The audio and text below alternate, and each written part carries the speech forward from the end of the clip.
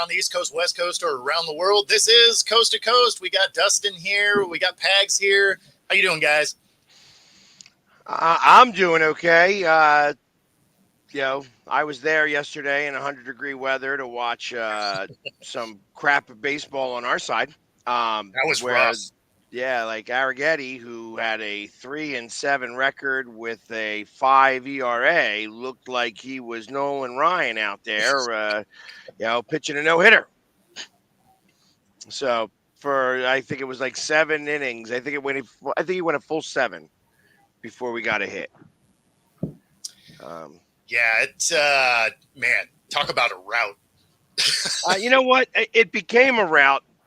It's literally because once you're losing 6-0, and you decide to leave Taiwan Walker in through the 4th inning, he actually gets 6 innings. He only had that bad inning.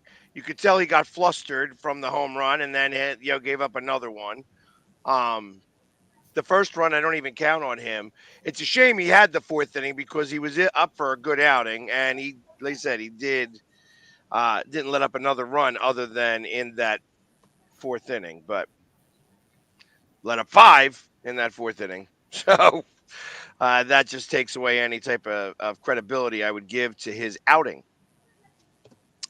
And once you do that, it doesn't matter who you're putting pitching in there. So, because you want to save the rest of the bullpen and everything else for the Braves, because we have a 4-game set with the Braves. Yeah, and that was like Kyle Hendricks for the Cubs yesterday against Paul Skeens.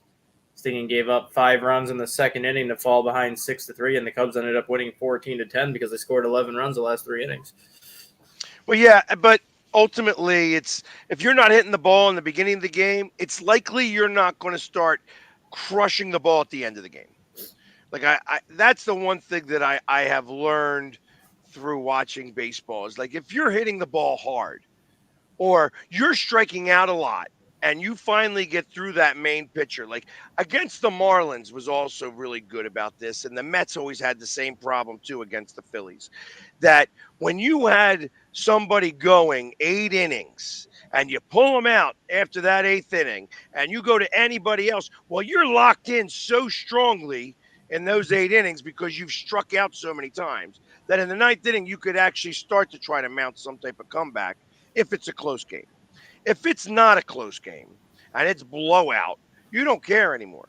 And neither does anybody else either, because I tell you, the ump called a strike 3 that was probably, so I think that faces that way. So I can imagine that ball was in New York. Sure. But at some point, they just want to go home. That's exactly it. You know what I mean? It was, it's 10-0. What do you got? Come back? 2 outs left. Come on. Yeah. We came back from being down 10-3. It can happen. It can definitely. Yeah, but it started coming back in the 7th. Yeah, we started coming back in the 7th. Yeah, that's the big difference. Once you got Skeens out of there, you started to fight. You know what I mean? It's like, again, you're locked in. You're so locked in with Skeens that when you go up against anybody else, you have Skeens and then you have everybody else. So now you just had the hardest pitching machine that you're going to face, and now you're going up against batting practice. Yeah. And that's what it becomes a little bit.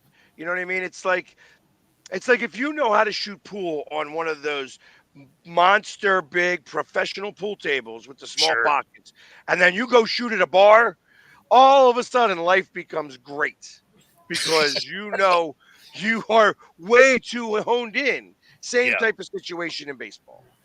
But when you go 8 innings and don't hit the ball, you ain't coming back in the 9th.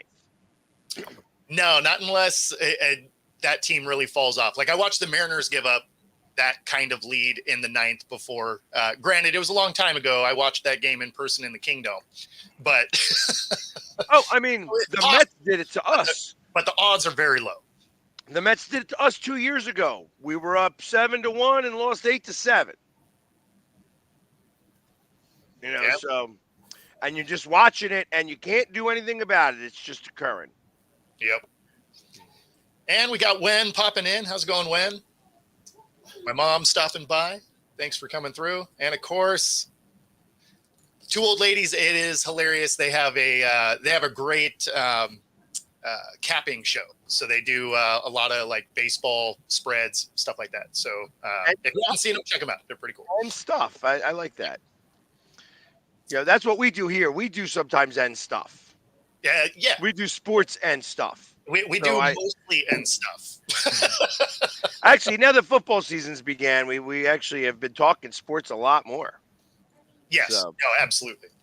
Which, we might as well start off with Colorado versus North Dakota State. And this has to be wrong. And since we have them in the chat, maybe they can laugh at this along with us. It's the first time I've ever seen a line of -10. Now, I would imagine that this is a typo, but I saw it in a couple different places. Now, if they use the same book, maybe that's where they got the information. But Colorado is a -10, which is interesting. North Dakota State is a +250. Now, that is a line that 250 makes sense. Like that's a line that is a normal line, but the -10 is weird. So I'm assuming that it was a -110 that they misquoted. But it's a +250. It's a +250. And it's not, -10 sounds like the line, not necessarily the money line. But -10 is like no. It wasn't like a over/under type of thing. Like it was that was their money line. And it didn't make any sense. It does. It can't even be fair. Like I'm trying to figure out like how that would even work on it, because everything is over 100. You get a -10. So it's like, what does that mean? Does that mean you lose $1? Is that if you're betting 100, you lose $1? Right. That's what that would mean to me. It's like for every 100 you bet, you're losing $1. Yeah, because it's on a different scale. But that doesn't even sound right if it's a +250, because a +250 would be minus at least +250 would be minus like 400. Yeah. No, that's why I said the line was so weird. And yeah, they had to have put the spread. That's -10 is the spread. That's where that's got to be. Like it's got to be. Because the line right now is 9.5 for the Colorado 9.5. So it was funny because it was listed in multiple spots in the same way, which is why I was just like, man, this is the weirdest line I've ever seen. That's not a line. That's actually the point spread. So that makes more sense to me. Yeah. So, exactly. No, but it was funny because it was just the way that it was put out. So I was like, okay, that would be that. I mean, you're losing money if that was actually what it was. So, but I'm now realizing though that -10 is not a very big spread in the grand scheme of things in college, which is why it's only a -250. At a -10, you're actually still thinking that North Dakota State's going to win that game. Because they are going to win. Yeah, no, they got a real shot at it. North Dakota State's going to be basically the next James Madison, where they're going to make the jump from the FCS to the FBS probably within the next 2 years. And they're going to do what James Madison did when they came over here, where they basically just run the conference that they're in, but they can't qualify for a bowl game because you got to be eligible 3 years after entering. Yeah, I mean, Appalachian State just did that same thing too. Yeah, because North Dakota State, I think they said they plan to join the Mountain West in 2026. Oh, okay. So, I mean, you look at how dominant they've been in the FCS in the past. They're going to the Mountain West where that competition really isn't much better than they are right now. They had a couple 4-star recruits to their team. They'll probably run the Mountain West for years. Yeah. Well, that's what happens when you're up in North Dakota and South Dakota. There's only two places you want to go if you want to go to a state school: North Dakota State University and South Dakota State University. So, hey, that's where they got Carson Wentz. And the great Trey Lance. There you go. See, it just explains to you exactly what you're getting when you're going up there. Yep. And I agree with this. I don't bet football the first couple of weeks because I mean you need to know what the teams actually look like. And of course, for college, it's even worse because you don't even have preseason to get an idea of what it is. It's just 0 to 100. So, and yeah, we're talking about Colorado only because they are in the news a lot and kind of annoying. So Dion and Feinbaum have been getting into it back and forth, which is what prompted this conversation to begin with. And you know, Feinbaum essentially came out and was like, these guys aren't relevant. They don't really warrant having all of this screen time, right? And Dion is like, you're talking about us because we're hot. You must be a fan. Fans come on when things are hot. It's like, okay, we're talking about you because you've made it so that no one from CBS can ask you questions. He has now made it so that no one from, or a specific guy from the Colorado Post, which is one of their biggest publications, is no longer allowed to ask questions. Like, what kind of weirdness? So people can only ask you questions if they're going to be not critical. Is that where we're going here? So there's two ways I think about this. When I think about it from the media standpoint, hey, yeah, wow. What do you mean you're not going to talk to me or answer my questions? I'm part of the media. The other way I think about that is that, like, hey, if he can get away with it, and he can dictate who's going to ask the questions, who's not going to ask the questions, and how I'm going to deal with things here and there. Ultimately, you're either not going to be talking to anybody, or it's going to be such a bad way that you're just going to be let go from your position. Yeah. Well, and what's interesting is that Colorado isn't doing anything one way or the other, right? Like they're not even coming out to say, hey, we don't agree with this. It's not our stance, but he's free to do what he wants to do. Like it's just a very weird scenario to just exclude. Like if it was, I kind of get it for like the guy with the Post, right? Say maybe he said something in a way that, you know, he took inflammatory or racist or whatever. Like I don't actually know the relationship there. But when he excluded just NBC or CBS, whichever one it was, I don't remember now. But CBS. So if you're just like, hey, I'm not going to talk to a network, like that has nothing to do with anything. He's just mad because they gave him a bad ranking. Mm-hmm. Like that's crazy. You know, eventually somebody's going to step in. It's going to go too far. Well, it seems like the NCAA should step in that scenario. Like, hey, you're. I mean, they won't, but as a governing body, it seems like that's kind of what their job should be, right? Like, hey, you're obligated to deal with the press. Like, that's part of your job. Like, it seems like there should be something there. Well, eventually, if you're going to just blackball people till they can't come in or whatever, like CBS is allowed in there, he's got to be allowed in the room. They're the ones that put on his show, put on those games. Yep. So they're going to definitely be in the room. You're not going to answer any questions. Pretty soon, CBS is going to be the only one asking the questions. Yeah. I don't know. In my opinion, it's going to be interesting to watch. It sucks because we're watching for things that have nothing to do with football.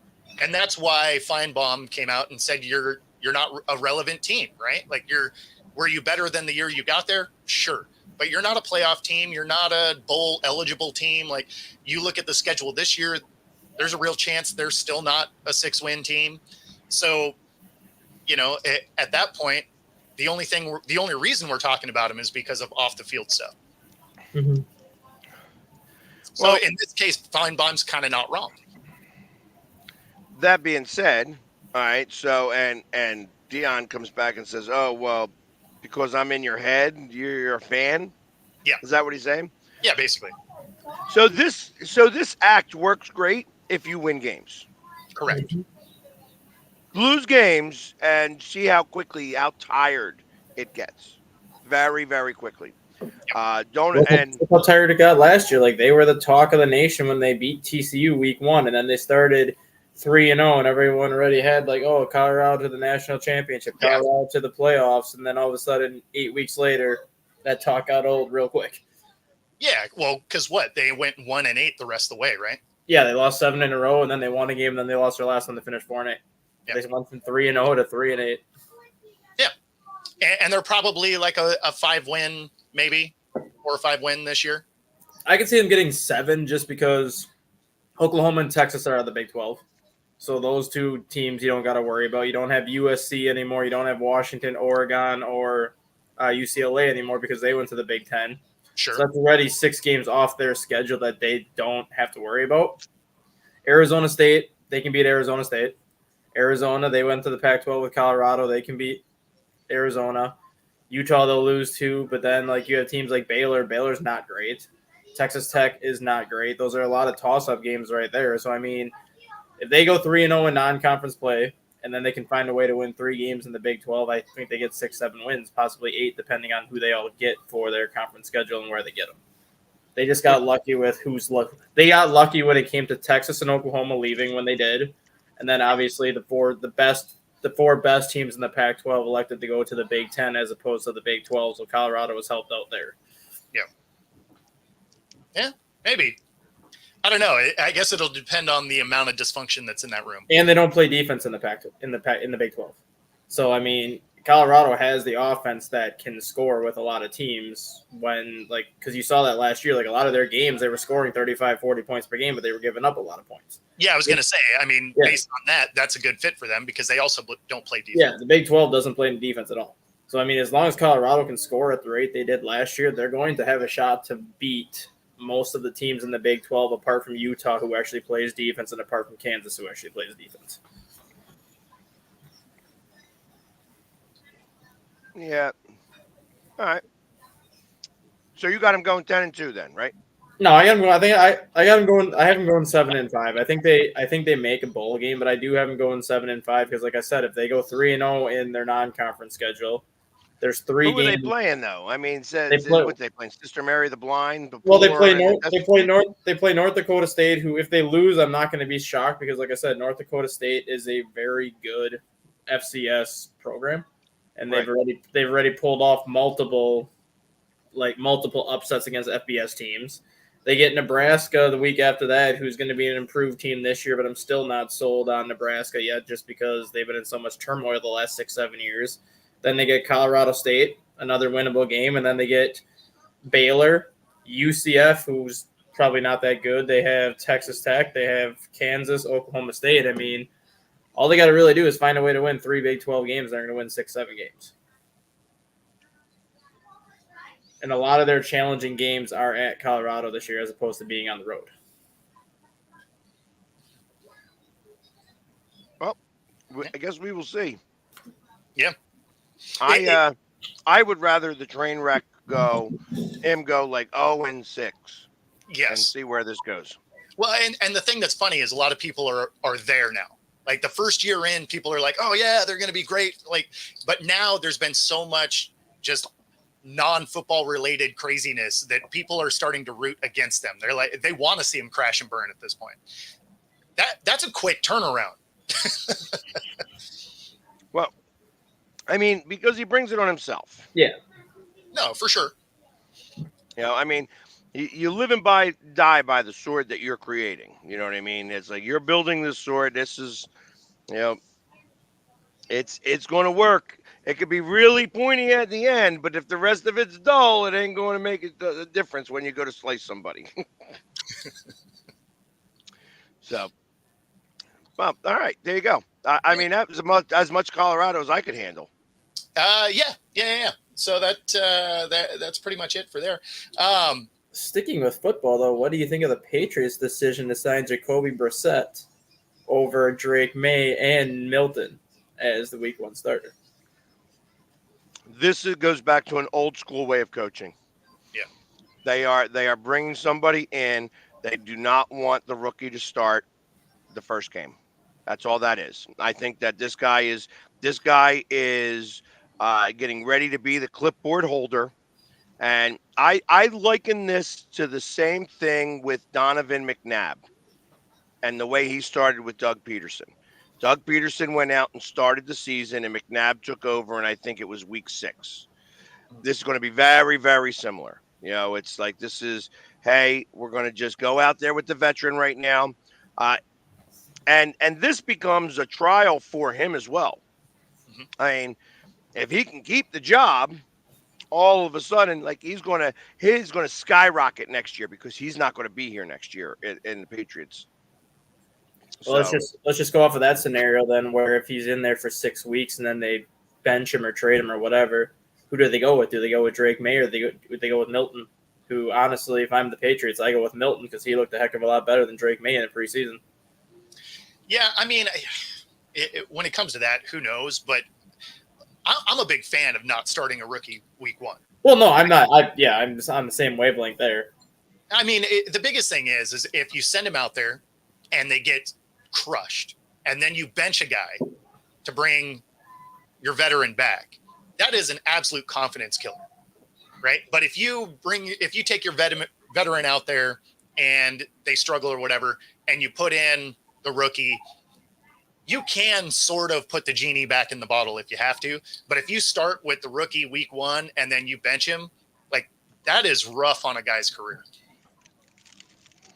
Yeah, I mean, if I was the Patriots, I would have just stuck with Bailey Zappi as opposed to releasing Bailey Zappi and then starting Jacoby Brissett. Because I mean, if your ultimate plan is to go with Brissett and then potentially bench him after 6 weeks or whatever for one of the rookies or whatever, like Drake May, then why wouldn't you have just stuck with Bailey Zappi, who's been around that organization for the last 3 years? He's got, I think, 10 or 11 starts under his belt. I think he might be 4-7 as a starter, but he's put up at least halfway decent numbers.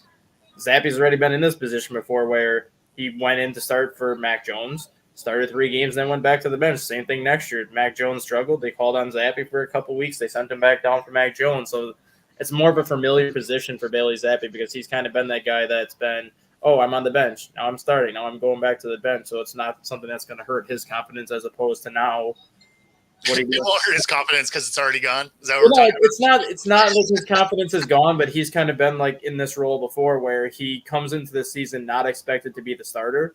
But if he is getting called on to start 3 or 4 weeks, he understands that it might not be like a long-term situation. It might just be like he has the hot hand. So they're going to ride the hot hand as long as possible. Thanks for popping in. Yeah, no, I'm with you. Because Brissett has already taken the Colts to the playoffs before. And every time that Brissett has a chance to start, he puts up decent numbers. Sure. So that's kind of like why I'm like, unless your plan is to stick with Brissett this entire year and just ride it out, you would have been better off to go with Bailey Zappi the first 5-6 weeks and then make your decision on what you're going to do after that, as opposed to signing this guy for $5-6 million. And now how long are you going to stick with him? So I disagree with you there, though, because you got a rookie that's going to hold a clipboard behind a guy. I would rather him learn from a guy that's had success in the league, in a Brissett, than a Zappi who is everybody just is kind of terrible on the team. I guess give Zappi a shot. Like that's kind of how he's come in and out of games. So I don't want my guy learning from him. Not to say that there's not stuff he could learn from him, but that's not the guy I want, right? And if you can get Brissett, who can win you games for a quarterback price that is, let's be honest, extraordinarily cheap. Oh yeah, $6 million, yeah. Yeah. So would you rather have a guy that has been a starter in the league, has had some success? Not to say that he's great by any means, but if you're comparing the careers of a Brissett versus Zappi, and it's not going to cost me a ton to have him learn behind one that's far more accomplished, I'm going to go that route also. right. Zappi sucks. Yeah. We found that out. Like that's not the guy I want my guy learning from. You see what he's doing? Yeah, let's not do any of that. Well, I mean, that's not really true. I mean, Zappi did stuff, and he helped the team when they needed some help. But I just think when it came to Bailey Zappi is he really didn't have much to work with weapon wise, and he was still able to put up better numbers than what Mac Jones did.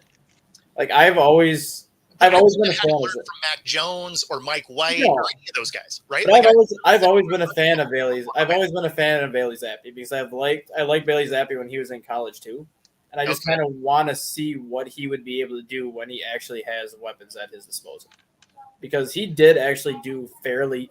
Granted, the wins and losses weren't there, but he did fairly decent with not having much to work with when he was called on. Well, then why isn't he being sought after?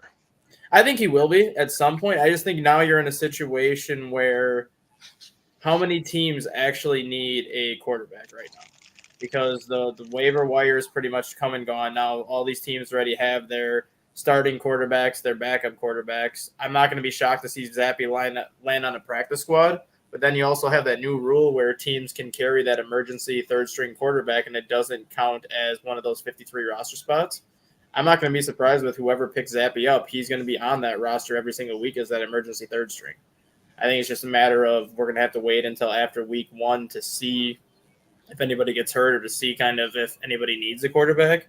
But because they waited so long to get rid of Bailey Zappe, most of these teams already have their first and second string quarterback options where he's just kind of at that point now. We're just going to kind of play the waiting game and wait and see. So you think he's going to wind up on a practice squad and somebody else is going to scoop him up? Yeah. Well, maybe the Vikings. Now we just got rid of Jaron Hall and picked up Brett Ripon this morning. Okay, well then, forget that. Because, I mean, maybe because Zappe wasn't available. I mean, ultimately, I don't know. Ripon is probably better than Zappe anyway. I mean, ultimately, the Minnesota knows that their 3 quarterbacks next year are going to be McCarthy, and then McCarthy, Nick Mullins, and then whoever they have after that. Because McCarthy's out for the year anyway, so Ripon or whoever they grab right now as the third string quarterback is literally just taking his roster spot right now. It's not a long-term option. Yep. And their starting quarterback is Darnold. And he's going to be gone next year. What I don't know. I'm still not sold on that because if Darnold has a good year, I will not be shocked if Minnesota brings him back for another year just because McCarthy is out for this season. You get McCarthy to learn now 2 years under Sam Darnold, and then you can kind of just use Darnold as who was the one quarterback that was like that in the past where Case Keenum.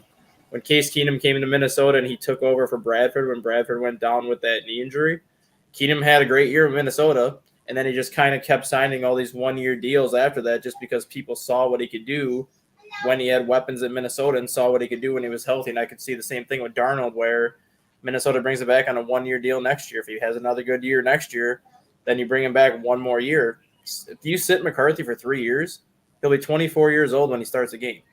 That's literally the age of a lot of rookie quarterbacks nowadays when they get their chance. They're 23, 24. He's only 21 right now. It's not like you need to rush to start McCarthy. True.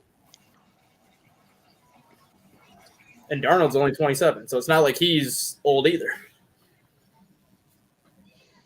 Yeah, I mean, this year will do a lot for Darnold's career. Yeah. Like if he comes and balls out, yeah, he may stay where he's at, or he may get a shot somewhere. Yeah. If he's average, he probably resigns himself to being a backup in this league. And if he's bad, you might see the end of Darnold.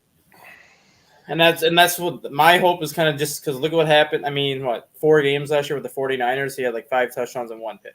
He played well in his 5 opportunities with the 49ers last year. And none of them were starts. A lot of them were just kind of like late game mop-up duties, but he had weapons in San Francisco, and he was showing that when you give him weapons to use, he knows what to do with them. He was the number 3 pick for a reason. He was the number 1 quarterback coming out of college during that draft, and it's because he had weapons in USC.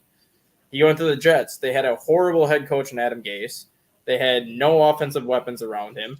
Then he got traded to Carolina. An even worse situation that had no offensive weapons behind him, and yet he was 3-1 as a starter in Carolina before he got hurt.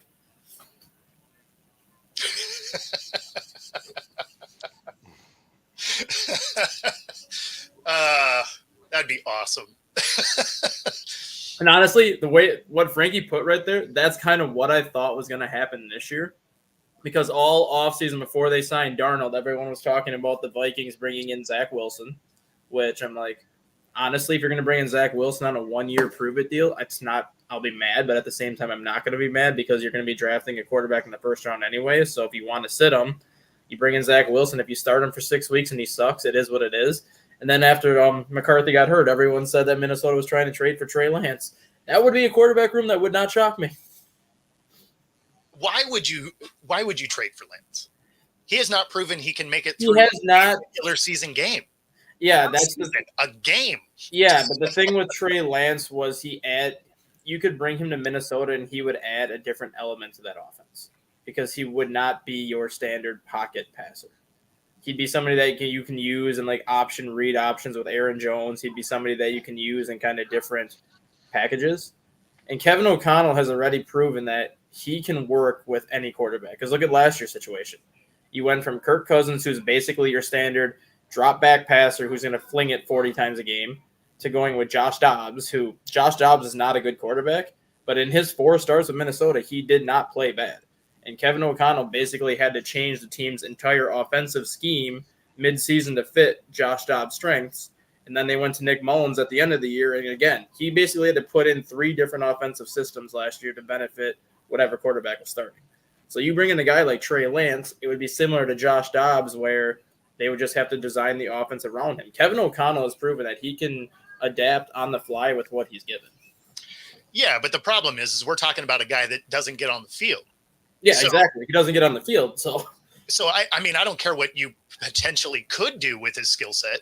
The guy gets hurt as soon as he gets on a regular season game. So, and not like, oh, he's nicked up. Like, it's the end of the season for the guy. So, I mean, I don't know why you would be trading for him. I mean, when Dallas did it, it's because they didn't give anything up for it. He was going to be buried in the, in the roster where he'd never actually have to be in. In fact, they didn't even dress him for, the half the games that he was there for. So I don't know, with somebody that's that hurt all the time, it would be hard for me to want to bring them in. I mean, the Eagles did it last year with Penny, right? He spent his entire career in Seattle hurt. They bring him in, never saw the field. I think it's the same thing with Travis Homer in Chicago last year too, because Travis Homer was always that third string back in Seattle behind Chris Carson and whoever Chris Carson's backup was, and he goes to Chicago last year and sees like 2 carries. Yeah, no, I mean, and that's the thing is once you have like an injury-prone guy, it's tough to want to put them on the field. Yeah, but even non-injury prone guys didn't really see the field last year. Speaking of one that went to the Cowboys yesterday. It was a good True. segue. That was Yeah. a good segue. Yeah, Dalvin Cook. So do you think that he was the most picked up guy in fantasy football? Not yet. I mean, I bet people are making. I bet people are thinking about it, but not yet because of how bad his year with the Jets was last year. It's the Jets. I know, but I think people. And now he's going to be the number 1 back. I think people need to see him get back on the field because even his last year in Minnesota, before Minnesota cut him, it was actually his worst overall season in Minnesota besides his rookie year when he tore his ACL 4 weeks in. Something he did tells not- me that he probably got picked up. So I didn't want to do it because I was number 1 in my waiver wire. And Yeah, I didn't want to use it on him. But I'd be willing to bet that he is off of the board now. Yeah, well, and because he had a bad season with the Vikings doesn't mean anything because they don't. Actually, I'm picking him up right now because he's still available. Because I have not 16, but I have 4 tight ends right now. Why do I need 4 tight ends? I don't need Zach Ertz on my tight end bench right now. Nope. Bye. Exactly. Yeah, no, I mean, and the thing with the Vikings is they just don't like to run the ball because Madison isn't a terrible running back. And the first 3 games, he had like 9 carries. well, I mean, the only thing that I don't like about Alexander Madison is he's slower than shit. Well, but it doesn't matter because he wasn't even touching the ball. No. So it's not like, oh, he played bad because he didn't. He maximized his opportunities. You guys just don't give him opportunities. So for somebody to be in Minnesota and have a lackluster year statistically, yeah, it doesn't mean they played bad. It means they just don't even get opportunities to play. Now, you got different quarterback situation. I bet they start using the running game a little more. Well, maybe. Since you got a little busy right there. Yeah, exactly. Right now, he's on the practice squad. Yeah. So. Yeah. No, so that's how they announced that he was going to get brought in. And I would imagine that's just so that he can get up to speed in the offense, would be my guess. Agreed. I mean, I figured that he's not. I got to imagine that even when you're not in training camp, you have to be doing certain things to stay in shape, that you're getting ready to go into camp. Like Yeah. he was still, I mean, I know that the running back position is really fading fast in terms of money. And it makes me wonder how it's going to go the opposite direction. If it's ever going to start to flip flop, where money is going to go from wide receivers back to running backs. Yeah, especially as the running backs kind of turn into a hybrid role, right? Like a lot of these backs aren't the big bruising backs that they used to be. A lot of them are transitioning more to that CMC style guy. And so, yeah, I would imagine as that starts to take over, that position group starts to make more money again. Well, and that's what makes me believe that you're going to start seeing tight ends become running backs. You actually could make more money as a running back than a tight end. You think so? I feel like you'd make more money as a tight end at this point. Well, I think if you are the top three. Yeah, let's and I'm going the top three right now, probably Kelsey, Kittle, and Hockenson, maybe. Yeah, I could go with that. You know, as maybe because it's the number 3 one that becomes the funny one to be able to say. You know, you could arguably say Dallas Goedert's in that mix, and it's I think he's probably more like 5. But do you want the guy who's got the blocking ability in the backfield? You want the guy who's, if he's got some movement. The problem is that most tight ends don't have the movement. They're not cutting on dimes and stuff like that. Sure. I'm looking to see what.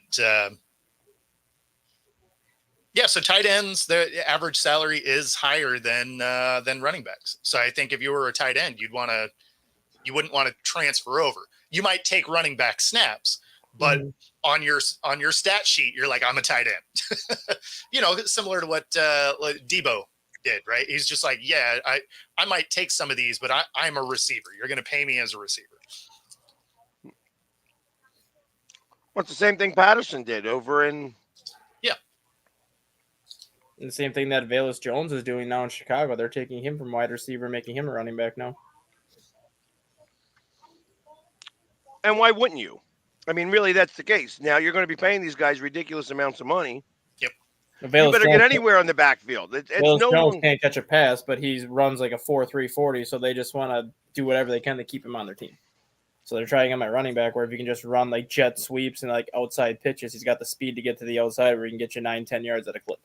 I mean, that'll be what will happen if somebody picks up Kadarius Toney, right? Mm-hmm. Like you knew he was gone as soon as they signed Juju, but someone will pick him up because he is a good athlete. He just can't catch, at least down the field. So somebody will pick him up as a slot style receiver and do a lot of, jet sweeps, end arounds, like, stuff like that. Because, I mean, otherwise you're going to count on him something down the field and he's going to drop the thing.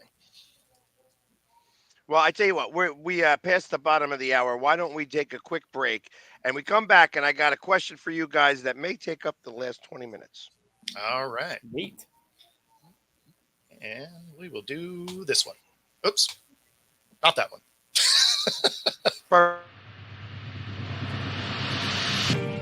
This is Reggie Jones, owner and founder of Air Sports Academy.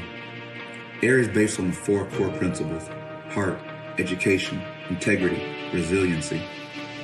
Air is about developing student athletes physically and mentally through training, mentorship, and effective marketing. We've created a platform and a blueprint for our state to shine in the brightest of lights. I created this program because it was a need for our state. We needed to have the light shine on the student athletes in our region. And now that is happening at an all-time and undeniable rate. We created a lane for the kids in our state to get their college education paid for and set their families up for future success. We created an environment where serious athletes can now come compete fearlessly. We've achieved this through our variety of elite programs. Our 6-month off-season program, where first-year starters or seasoned vets can all come develop. Our 5-on-5 program, which is all about our line. Our youth tackle program, which is the first and only youth tackle team from the state of Washington to ever win a major national championship. Our 7-on-7 program, which is ranked top 10 in the country every year. Our high school 11-on-11 club tackle program, which creates a unique and much-needed opportunity for our kids. Our college prep program, which allows our graduates to come back from college and prepare for the upcoming season. Our track and field program, which creates an opportunity for our young air boys and air girls to continue to get faster.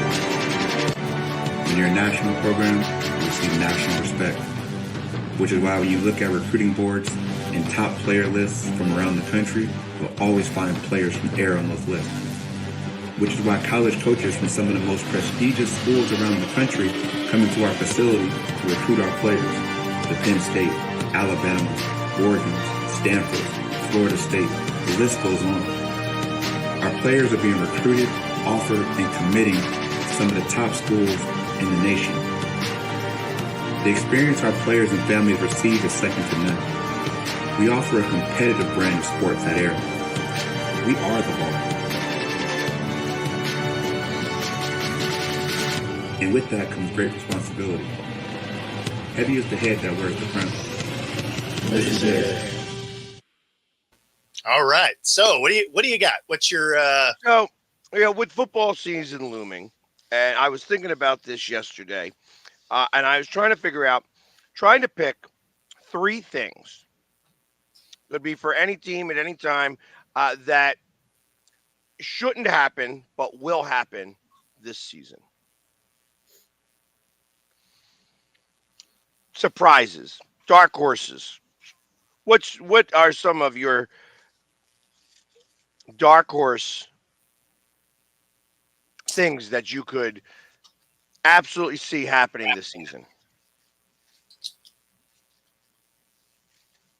I'm going to stick with kind of what I've said the last couple of weeks. I think Darnold lives up to being the number 3 pick. I mean, So you're saying Darnold's going to win a playoff game? I don't think Minnesota gets to the playoffs because of how much better the division is, but I think Darnold wins 9 or 10 games. so he's in the MVP conversation. No, he's in the comeback player of the year, which we talked Okay. about. We talked about before, where it should be most improved as opposed to comeback player of the year. But I think Darnold is in the running for comeback player of the year. Okay. So he's going the Geno route. Yeah. Okay. All right.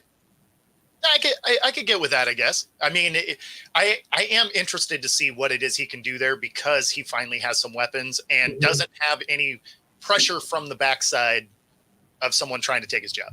Mhm.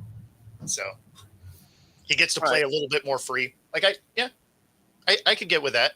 I'm going to go with, just because I think it'll be entertaining if it does go this route, that the Broncos are just terrible.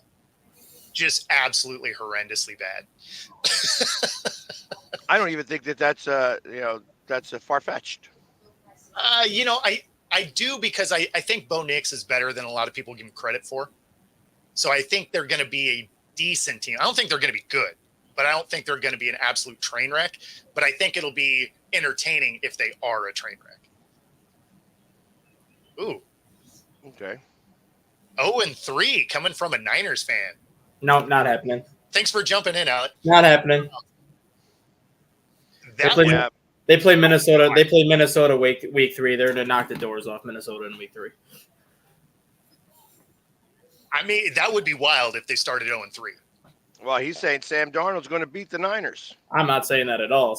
I am not saying that at all. mean, Well, I'm saying, that's like I said, I think Sam Darnold can win 9 or 10 games, but there's no way in hell he's beating San Francisco in week 3. San Francisco's going to blow the doors off Minnesota because they're pissed that Minnesota beat them last year. I mean, I don't know. I guess there is the possibility that they do start out flat with the Ayuk craziness continuing on, and maybe there's just enough distraction within the organization that they come out the gate a little bit soft.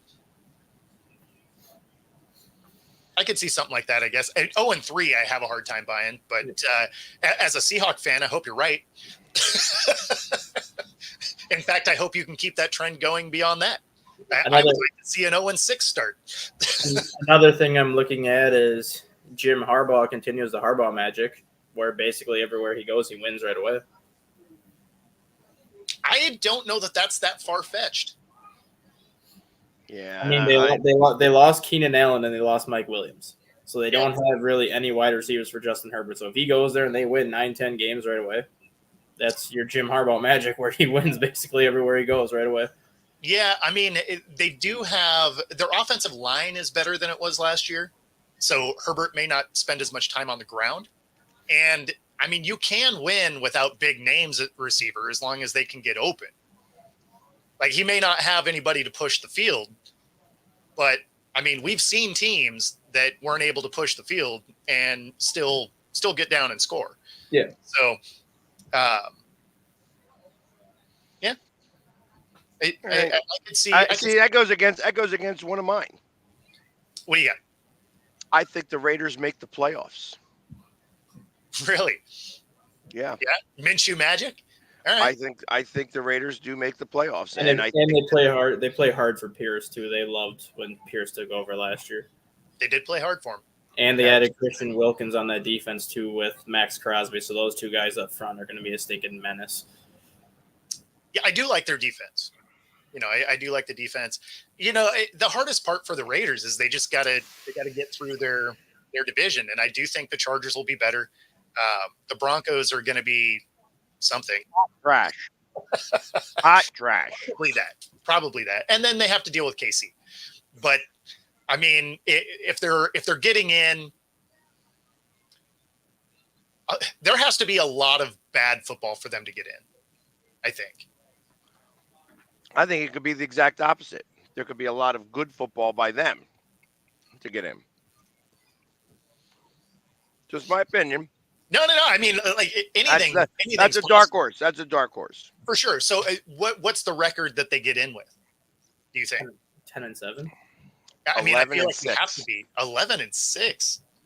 Wow, you really believe? As I was thinking about that, I think that they're better than the Chargers. I think that I don't believe in the magic that's happening in Los Angeles. They don't even have their own stadium. So I think that does weigh on them a little bit. I think that when you're playing in front of nobody, because let's face it, the tens of people that go from LA to root on their team, is not enough to fill that stadium. Every time the Eagles go to the LA, and we're going back there again this year, we take over the stadium. I mean, it's a home game for everyone else. Yeah. Right. I mean, and San Fran used to be that way a fair amount when they first built their new stadium, right? Like they were always outnumbered in their home. Like it was bad. Alec, this is probably not a dark horse thing. I could see Mike McCarthy getting fired midseason. Bill Belichick will not go there because he will not deal with Jerry Jones shit.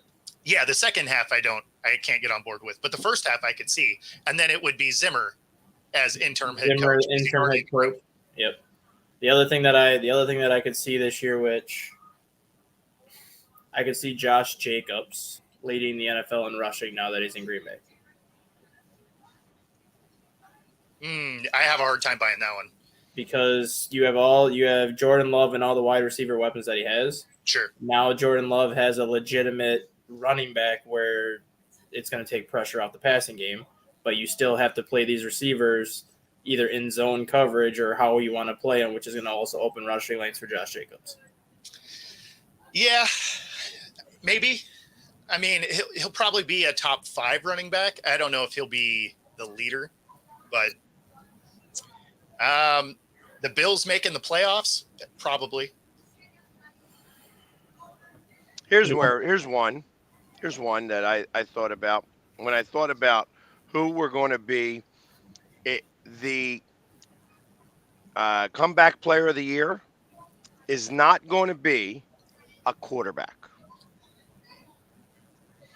It's not going to be Cousins. It's not going to be Burrows, and it's not going to be Rodgers. Okay. Those are the only 3 I know of that have come back, so I can't really say who it's going to be. I just don't think it's going to be any one of those 3. Well, I mean, it sounds like it'll be Darnold. Yeah, but Darnold wasn't hurt last year, was he? Yeah, No, but well, neither he was just has- Gino. He just came back from not having opportunity, which is Yeah. exactly what. It made me think that it could have been Hopkins, D-Hop. Okay. Or like somebody like that, or maybe even on the defensive side. That was the other thing I thought of. That the rookie of the year is going to be on the defensive side of the ball. It's not going to be on the offense. Don't you get one on each side though? That's Yeah. what I was wondering if that was the Yeah, case. you get one on each side. Yeah. I could see if you're going along the lines with the comeback player of the year not being a quarterback, I could go J.K. Dobbins. Okay. Because J.K. Dobbins has basically played 6 games the last 2 years because of injuries, and he was a one. You could make that case for Derrick Henry then. That actually sounds a lot more likely now. Because, I mean, he had the foot injury that sidelined him. Yeah. And then, if he can come back with the Ravens and be in He doesn't that. need to Derrick be. Henry. If he could be Derrick Henry. He doesn't even need to be that way. If he comes to Baltimore as 80% Derrick Henry, Mhm. they still have Lamar Jackson as a legitimate rushing threat. So you can't put 9 guys in the box because you still got to account for Lamar Jackson passing the ball and Lamar Jackson doing whatever he does. So now 5-6 guys in the box for Derrick Henry. Exactly. That's a potential 2,000-yard season if you want to give the ball 30 times a game. Well, and that's the way I look at it is they were the top rushing team last year already. So Mhm. now but you they got were a the guy top. like Henry. But that works only because of Lamar Jackson. Sure. The year before, that was Jalen Hurts. Mhm. Jalen Hurts was the reason why the Eagles were the top rushing offense in the league. Sure. And interestingly enough, unless you have to play the Chiefs, running wins in this game in this league. It does. Running the ball wins in this league. It seems to be the Chiefs have the answer Screen passes. to That's running. their running game. Screen passes. Right. Well, no, I understand that, but I'm talking their defense Yeah. can stop that. Well, here's another one for you, Peg. Since you just talked about Philly, I could see Jahan Dotson getting 1,000 yards receiving. Then that would be the first time that one team has 3,000-yard receivers, right? Or did that happen last year with Houston? Houston came just short because Nico Collins got hurt in week 13. Otherwise, they would have had it. And then same thing with Minnesota. Minnesota had Justin Jefferson, I think, had 1,100. Jordan Addison had 989. And Hawkinson had 913 before he blew out his knee in week 15. So Minnesota also nearly had the 3 with 1,000. So then you look at the Bears, too, with DJ Moore, Keenan Allen, and Rome Odunze. Chicago could have 3 guys at 1,000, too. They could, but they gotta have somebody block first. Yep. So we'll see how that works out. I don't trust that that's a thing yet until I see it for firsthand. So, but I also, I think about this and I look at this as a defense year. I think scoring is going to be down across the board this year.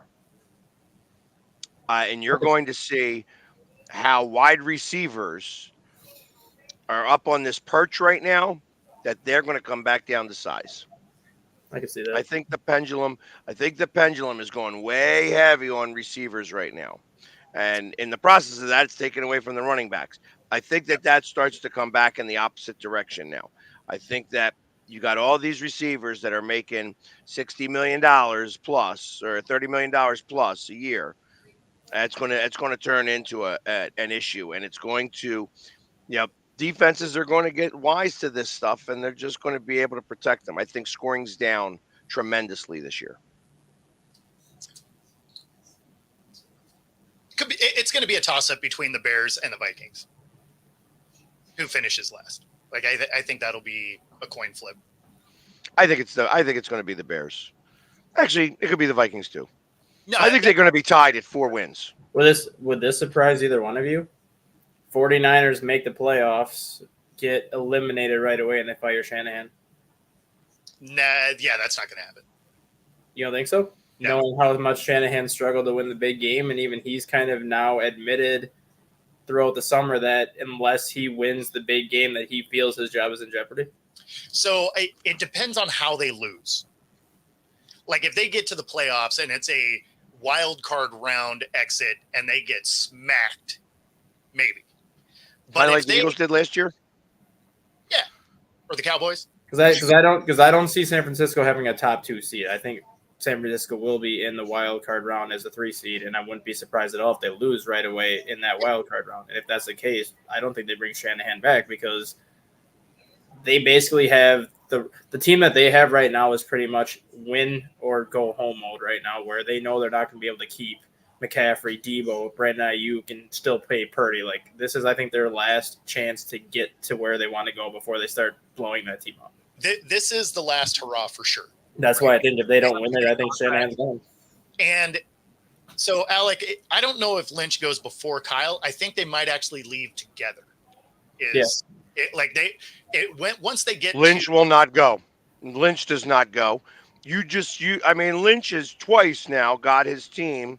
Yeah, Lynch has done a hell of a job building that team. Lynch shouldn't go. Yeah. I'd be willing to bet Lynch makes a decision because Lynch then hangs his hat on the next coach. Yeah, that's why I think if the 49ers either don't make it to the NFC Championship game or they don't win the Super Bowl, I don't see Shanahan back next year. I think that there's no way Shanahan doesn't come back if he makes the playoffs. I think that you absolutely bring him back. However, he's immediately on the hot seat for the following season. Yeah. But I think that ultimately, if he makes the playoffs, he comes back. Yeah, if you miss the playoffs, then you have a question for sure. But I mean, I don't see a scenario where they don't make the playoffs. There's just too much talent on this roster, and none of them are gone yet. Now, next year, no question, this team starts to get blown up, which is where I think if you were going to see Lynch leave, it wouldn't be because he got fired. He might be like, okay, I did all I could do here, because it's going to be hard to rebuild this thing quickly, right? Because you're going to lose a lot of these things. Now, obviously, they have been really smart in the way that they've traded guys and trained up, coaches and then sent them out, and they're getting, all of these compensatory picks. And I mean, so they've been incredibly smart when it comes through all of the drafting and everything. But I don't know. I don't think either one of them are gone is the biggest thing. There you go. Well, and there we have it. The end of the show. End of the show. If you're watching on YouTube, be sure to like and subscribe. Helps us bring our content to you. Shout out to everybody that's watching. This is our 3rd month in a row having 1,000 watch hours. So awesome. Thanks for tuning in. And if you're watching on Roku, stay tuned for the next hour. Obviously, that is good stuff as well. See y'all next. Actually, no show tomorrow. I leave tomorrow to go to Brazil. Yay! Go to Brazil. And I have a couple of things that I have to do during a show hour. So everybody enjoy the long weekend. Hopefully you guys are doing something fun. We'll be back on Tuesday. Monday is also Labor Day. So happy Labor Day. Enjoy the holiday. And we'll see you guys again on Tuesday from beautiful Rio at the time. Yes, Rio. Rio. Yep. Have a good weekend, everybody. Take care, guys.